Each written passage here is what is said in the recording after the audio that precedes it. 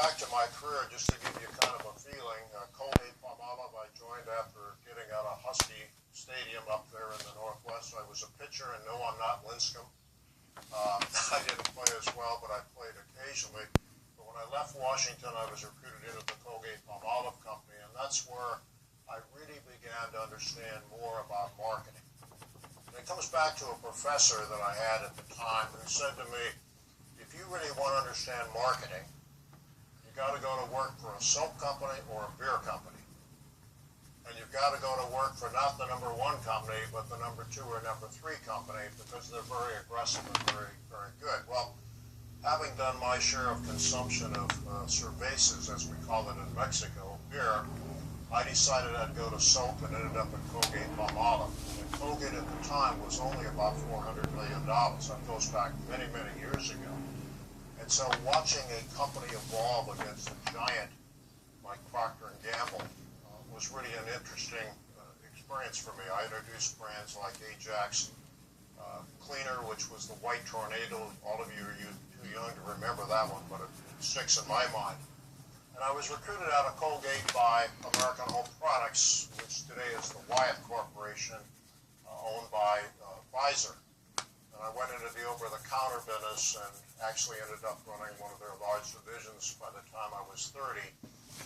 And at the time, a company down the street from Berkeley in Oakland called the Clorox Company had been divested by the FTC under a consent decree because of monopolies. And Clorox, which I really called P&G West, was split off. And Bob Shaklee, who was the chairman and CEO of Clorox, came and recruited me, and I was the only Colgate guy in a Procter & Gamble environment. Procter & Gamble, at that time, you wore a hat in the winter, you wore a white shirt, you wore a straight tie, you wore only gray or blue, and you had black shoes, and if the CEO said anything to you, you said, yes, sir. But I come from Colgate, and we wore striped shirts and striped ties, and if the CEO said something to us we didn't agree with, we would tell him so. So I learned a different culture, which comes back to some of the things we'll talk about on leadership at Clorox. I then decided at the ripe age of early 30s that I really needed to get out of the corporate world and get into consulting. And I was recruited by the McKinsey organization and by Booz Allen, but at Booz Allen they were going to put me in charge at a young age of all of the marketing strategy around the world. Operating out of a city I wanted, it could be New York or San Francisco or Paris, and I picked San Francisco because I like it here, and I went off in consulting. What I found out about consulting is that you're telling everyone what to do and charging them a tremendous amount of money and meeting with their boards, and then you find out they didn't do what you did. So you're wasting a lot of time and a lot of money on something that in those days looked to be constructive on the outside, but wasn't particularly good on the inside, and therefore me being an operating kind of a person, I left them and I joined a company, Shaklee, which was started here in the East Bay. It was a crazy company. It was an over-the-counter vitamin company that was sold direct to people, kind of like the way Avon was. It had a bad reputation. It had a philosophy to open a country a month.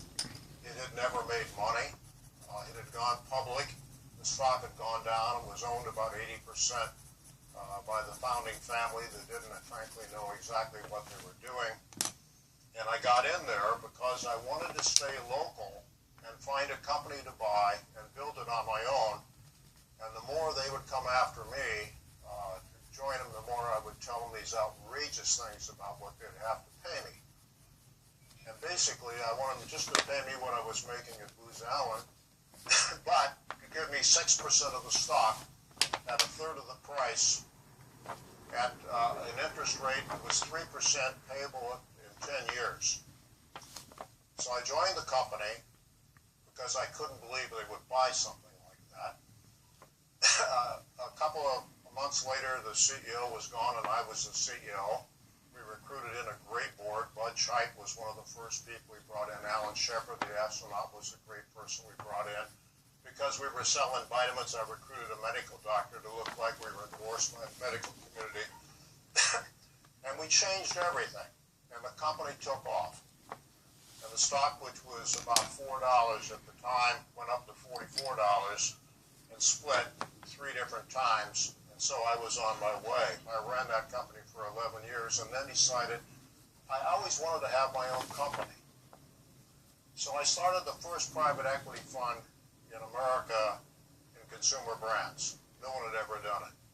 There was the KKRs, the Portsmouth Littles, now the TPGs, all good companies, but no one had really taken it and focused totally on consumer. And so I recruited a couple of Bain guys who had worked with me from time to time, and we started what was then called the Shansby Group, now called TSG, which guess what it stands for, TSG. And I was there a little over 20 years. We bought over 70 companies. We introduced a number of new brands, and I became kind of synonymous with brand building. I took Famous Amos, and no, I was not Wally Amos, and I made it into a simple company, simple approach, no retailing, and it became an $80 million company in 3 years. We bought it for $3 million. We sold it for $61 million. Today it's owned by Keebler, and it's a big brand.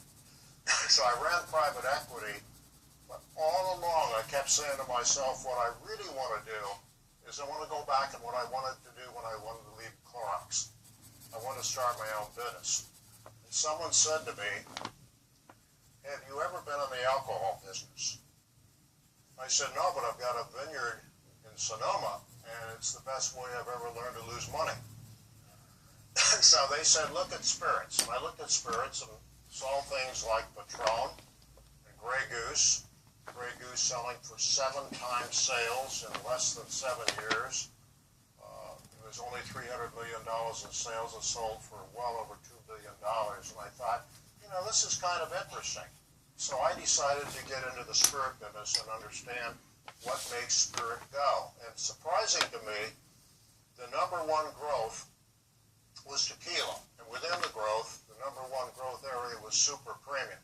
There was only one brand, it was only 60,000 cases, called Patron, and it was developed by a gringo. And it was an American approach to tequila. So I spent the next 3 years learning everything I could learn about tequila. I sent a young MBA down to Mexico. He came back a month later, obviously had a fabulous time,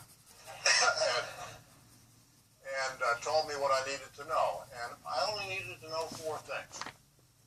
I needed to know a lot about agave, which is not a cactus, it's a lily plant, and I had to have an unending sourcing.